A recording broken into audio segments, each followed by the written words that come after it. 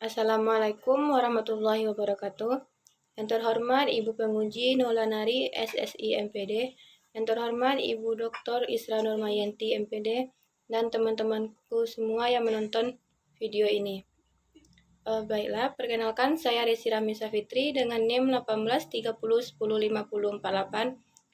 Di sini saya akan mempresentasikan seminar proposal saya dengan judul Pengembangan Modal Berbasis Penemuan Terbimbing untuk meningkatkan kemampuan pemecahan masalah matematis pada materi Segi 4 di kelas 7 SMP. Baiklah, untuk pembahasan pertama yaitu bab 1. Yang pertama, latar belakang.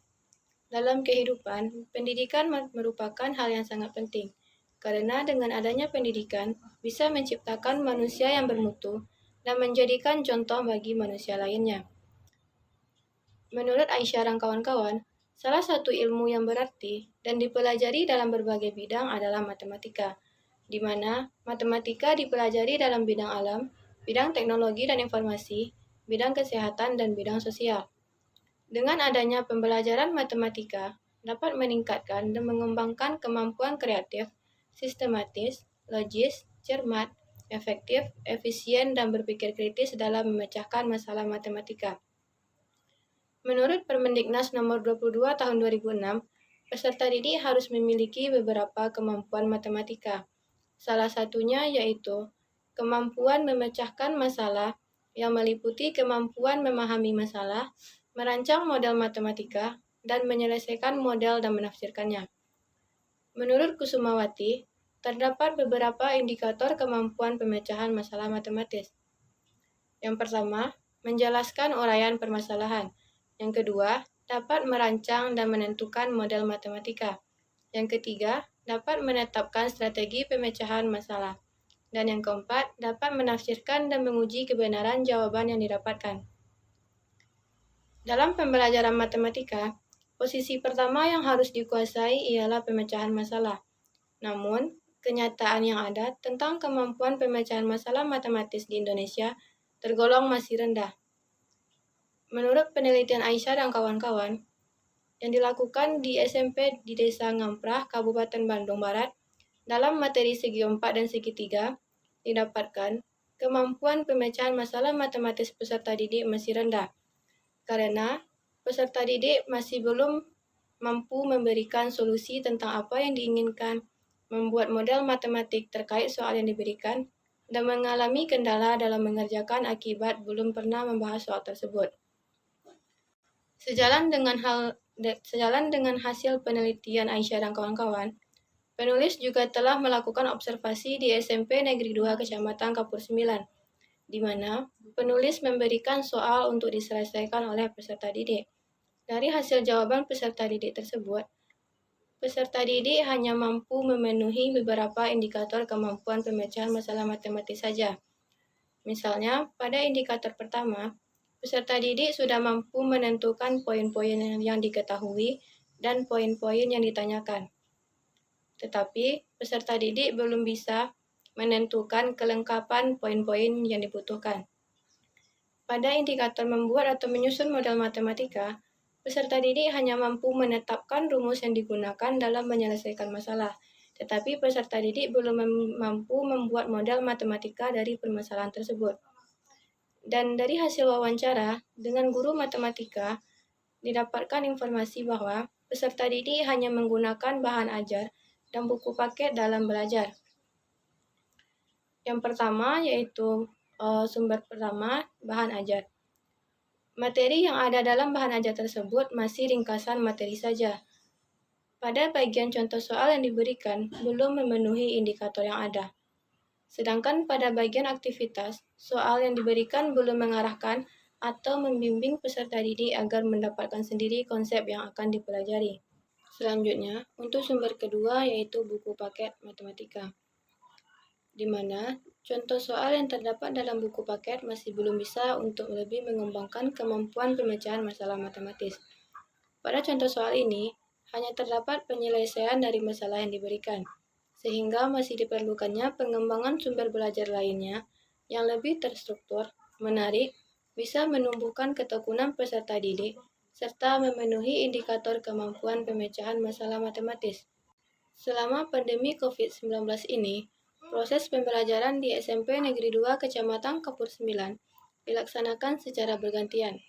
Proses pembelajaran dilakukan secara bergantian dengan menggunakan dua shift, yaitu shift A dan shift B. Jika peserta didik shift A melaksanakan proses pembelajaran di sekolah, maka peserta didik shift B melaksanakan proses pembelajaran di rumah secara daring. Peserta didik yang melaksanakan proses pembelajaran di rumah tidak sepenuhnya mengikuti pembelajaran secara maksimal, dikarenakan kurangnya kegiatan belajar secara mandiri dari peserta didik tersebut. Dengan tidak adanya keinginan belajar tersebut, guru sekolah kesulitan dalam mengawasi peserta didik yang belajar di rumah, baik itu dari peserta didik shift A maupun peserta didik shift B. Untuk itu, diperlukan adanya sumber belajar yang dapat membantu peserta didik belajar secara mandiri. Salah satunya yaitu modul pembelajaran. Dari hasil penelitian Widyaningrum dan kawan-kawan, modul-modul yang beredar hingga saat ini belum mampu memicu kemampuan pemecahan masalah matematis peserta didik terkait dengan kehidupan sehari-hari. Modul yang ada hanya berisi materi yang terdapat pada buku bahan ajar atau buku pegangan lainnya yang disediakan oleh pihak sekolah. Sehingga diperlukan adanya pengembangan modul yang dirancang agar mudah dipahami dan mampu merangsang keingintahuan peserta didik agar menemukan suatu temuan baru terkait konsep yang dipelajari. Metode yang dapat menarik keingintahuan peserta didik salah satunya ialah metode penemuan terbimbing. Joyce and Well menjelaskan, kelebihan atau keuntungan jika menerapkan metode penemuan terbimbing yaitu bisa membantu peserta didik dalam menumbuhkan disiplin intelektual dan menumbuhkan rasa keingintahuan sehingga mendapatkan jawaban dari rasa keingintahuannya itu. Selama proses belajar, menggunakan modul berbasis penemuan terbimbing, guru berperan sebagai penggerak dan pembimbing agar peserta didik dapat lebih terarah sehingga kegiatan pembelajaran berlangsung baik. Dengan modul berbasis penemuan terbimbing ini, peserta didik dapat mengatasi masalah matematika yang bisa mengasah kemampuannya. Salah satunya yaitu kemampuan pemecahan masalah matematis. Berdasarkan latar belakang tadi, penulis tertarik untuk mengembangkan modul pembelajaran dengan menggunakan metode penemuan terbimbing pada materi segi 4. Selanjutnya yaitu rumusan masalah.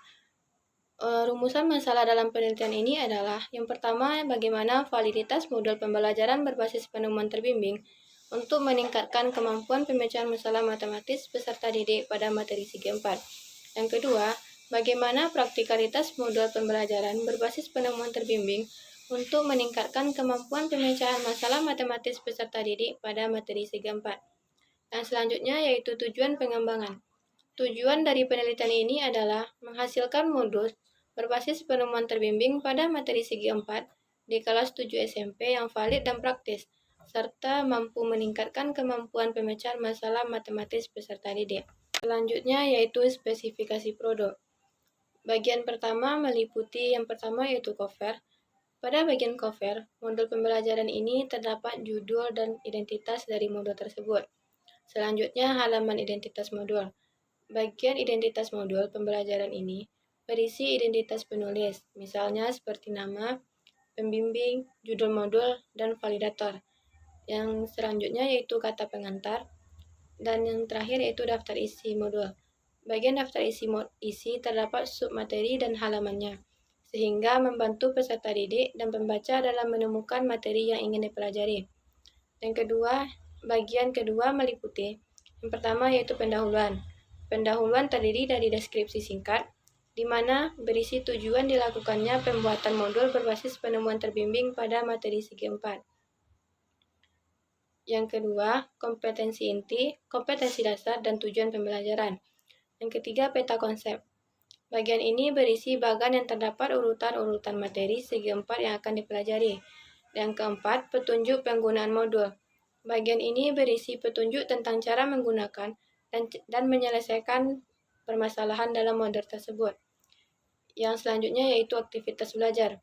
Aktivitas belajar terdiri dari materi modul, di mana pada bagian materi berisikan materi segi 4 yang akan dipelajari, yang memuat langkah-langkah metode penemuan terbimbing. Di antaranya yang pertama yaitu simulasi, yang kedua merumuskan masalah sebanyak mungkin, Yang ketiga, merumuskan hipotesis. Yang keempat, pengumpulan data. Yang kelima, percobaan mandiri. Yang keenam, pengolahan data. Yang ketujuh, pembuktian. Dan yang terakhir, menarik kesimpulan. Selanjutnya, contoh soal. Bagian ini berisikan langkah-langkah penyelesaian suatu permasalahan yang diberikan secara terstruktur sehingga bisa meningkatkan kemampuan pemecahan masalah matematis peserta didik. Yang selanjutnya yaitu latihan. Dan bagian ketiga berisi yang pertama yaitu kunci jawaban latihan dan yang kedua biografi penulis. Poin selanjutnya yaitu pentingnya pengembangan. Setelah melakukan penelitian ini, diharapkan dapat memberikan beberapa manfaat di antaranya. Yang pertama, dapat digunakan sebagai salah satu sumber belajar dalam proses pembelajaran matematika khususnya materi segi 4. Yang kedua, dijadikan sebagai salah satu sumber belajar yang bisa memberikan wawasan dan pengetahuan baru. Yang ketiga, dengan menggunakan modul ini, proses pembelajaran bisa berjalan efektif. Dan yang keempat, modul yang dihasilkan diharapkan mampu meningkatkan kemampuan pemecahan masalah matematis peserta didik pada materi segi 4. Poin selanjutnya yaitu definisi operasional. Yang pertama, modul berbasis penemuan terbimbing. Modul ini disusun secara sistematis agar bisa menuntun peserta didik mendapatkan sendiri konsep dan prinsip yang dipelajari. Yang kedua yaitu kemampuan pemecahan masalah matematis.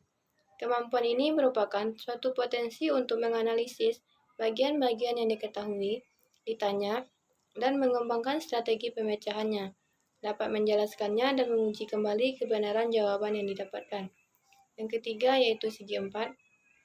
Segi 4 adalah sisi banyak atau poligon yang dibentuk oleh 4 sisi yang saling berpotongan dan memiliki 4 sudut yang jika dijumlahkan besar keempat sudutnya adalah 360 derajat. Yang keempat yaitu validitas.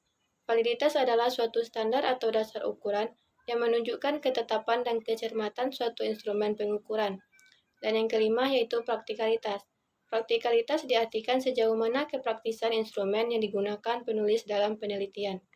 Selanjutnya kita masuk pada bagian bab 2 kajian teori, di mana pada bagian bab 2 terdapat dua bagian yang akan dibahas. Yang pertama yaitu landasan teori, dan yang kedua yaitu penelitian relevan. Untuk landasan teori, terdapat 8 bagian yang akan dikaji. Yang pertama, pembelajaran matematika. Yang kedua, modul, di mana modul tersebut juga akan mengkaji tentang pengertian modul, tujuan pembuatan modul, format penulisan modul, karakteristik modul, ciri-ciri modul, dan kelebihan dan kekurangan modul. Yang ketiga yaitu penemuan terbimbing. Yang keempat, modul berbasis penemuan terbimbing. Yang kelima, kemampuan pemecahan masalah matematis peserta didik. Yang keenam, hubungan modul berbasis penemuan terbimbing dengan kemampuan pemecahan masalah matematis. Yang ketujuh, validitas dan praktikalitas modul berbasis penemuan terbimbing. Dan yang terakhir yaitu segi 4. Untuk bagian penelitian relevan, dalam penelitian ini terdapat dua penelitian relevan. Yang pertama, penelitian yang dilakukan oleh Mukti Sintawati tahun 2017 dengan judul Pengembangan Modul Berbasis Penemuan Terbimbing pada materi bangun ruang sisi datar bagi mahasiswa PGSD UAD. Yang kedua yaitu penelitian yang dilakukan oleh Wahyu Hartono dan Muhammad Subalinoto tahun 2017 dengan judul Pengembangan Modul Berbasis Penemuan Terbimbing untuk meningkatkan kemampuan pemecahan masalah matematis pada perkuliahan kalkulus integral. Selanjutnya kita masuk pada bagian bab 3 metodologi penelitian. Pada metodologi penelitian terdapat beberapa hal yang akan dibahas. Yang pertama, jenis penelitian. Penelitian yang penulis lakukan menggunakan penelitian pengembangan, di mana penelitian ini akan menghasilkan suatu produk berupa modul pembelajaran berbasis penemuan terbimbing untuk meningkatkan kemampuan pemecahan masalah matematis peserta didik pada materi segi 4. Yang kedua yaitu rancangan dan prosedur pengembangan. Prosedur pengembangan dalam penelitian ini berdasarkan model pengembangan 4D, di mana yang pertama yaitu tahap pendefinisian. Pada tahap pendefinisian, terdapat beberapa hal yang akan dikaji. Yang pertama, analisis latar belakang. Pada tahap ini dilakukan analisis untuk mengetahui kondisi yang terjadi di lapangan. Untuk mengetahui kondisi di lapangan, dapat dilakukan wawancara dengan pendidik matematika yang mengajar di SMP kelas 7. Yang kedua yaitu analisis sumber belajar. Analisis sumber belajar bertujuan untuk mengetahui sumber belajar yang digunakan pendidik dalam proses pembelajaran sebelumnya. Apakah sudah memadai untuk meningkatkan kemampuan pemecahan masalah matematis peserta didik atau belum? Yang ketiga yaitu analisis literatur. Pada tahap ini, bertujuan untuk mengetahui bagaimana cara menulis modul pembelajaran dan apa-apa saja yang terdapat dalam modul pembelajaran. Yang keempat yaitu analisis tujuan pembelajaran. Pada tahap ini, bertujuan untuk mengetahui ketercapaian KD, SK, dan tujuan pembelajaran. Selanjutnya yaitu tahap perancangan. Pada tahap ini, juga merancang instrumen penelitian terdiri dari lembar validasi dan lembar uji praktikalitas. Selanjutnya, tahap pengembangan. Pada tahap pengembangan, terdapat dua hal yang akan dikaji. Yang pertama, tahap validasi. Pada tahap ini, dilakukan validasi dalam bentuk tertulis dengan validator yang merupakan ahli di bidangnya. Validasi terhadap validator dilakukan secara berulang sampai didapatkan hasil bahwa modul pembelajaran berbasis penemuan terbimbing pada materi segi 4 tersebut sudah valid. Yang kedua yaitu tahap praktikalitas. Pada tahap ini dilakukan praktikalitas dalam bentuk tertulis yang berupa angket praktikalitas. Pada angket praktikalitas ini, penulis menggunakan angket tertutup, yaitu kuesioner yang sudah disediakan jawabannya sehingga responden hanya memilih. Selanjutnya yaitu subjek uji coba.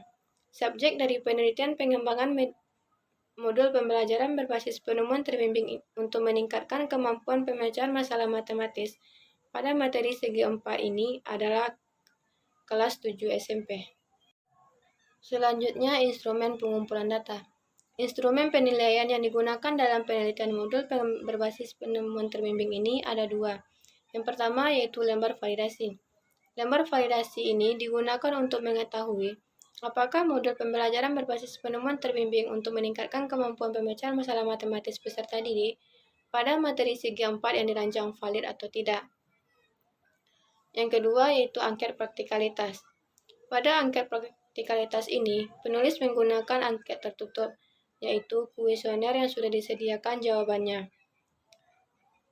Angket praktikalitas terlebih dahulu akan diberikan kepada pakarnya untuk melihat apakah angket praktikalitas tersebut sudah valid dan praktis untuk digunakan. Selanjutnya yaitu teknik analisis data. Yang pertama yaitu teknik analisis data untuk validitas. Teknik analisis data yang digunakan untuk validitas adalah lembar validasi. Data yang sudah terkumpul kemudian ditabulasi dan dipresentasikan dengan rumus jumlah skor per item dibagi jumlah skor maksimal dikali 100%. Setelah didapatkan hasilnya, selanjutnya dikategorikan menggunakan kriteria. Apabila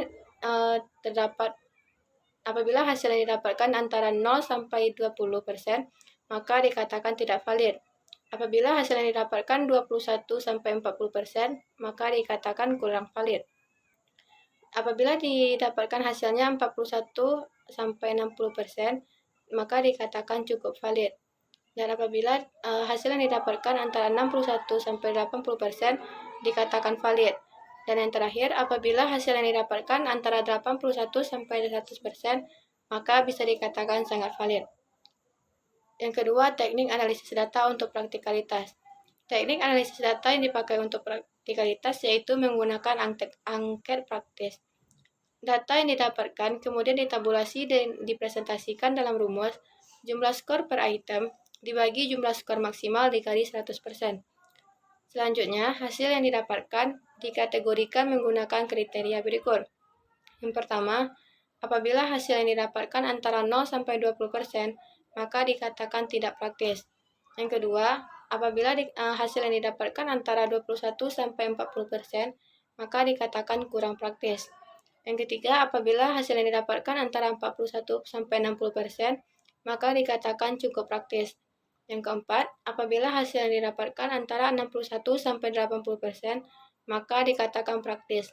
Dan yang terakhir, apabila hasil yang didapatkan antara 81 sampai 100%, maka dikatakan sangat praktis. Baiklah, hanya itu penyampaian presentasi dari seminar proposal saya. Terima kasih kepada Ibu penguji dan Ibu pembimbing yang telah meluangkan waktunya, dan terima kasih kepada teman-teman yang sudah menonton video ini. Apabila ada kesalahan dalam penyampaian video, saya mohon maaf. Akhir kata, Assalamualaikum warahmatullahi wabarakatuh.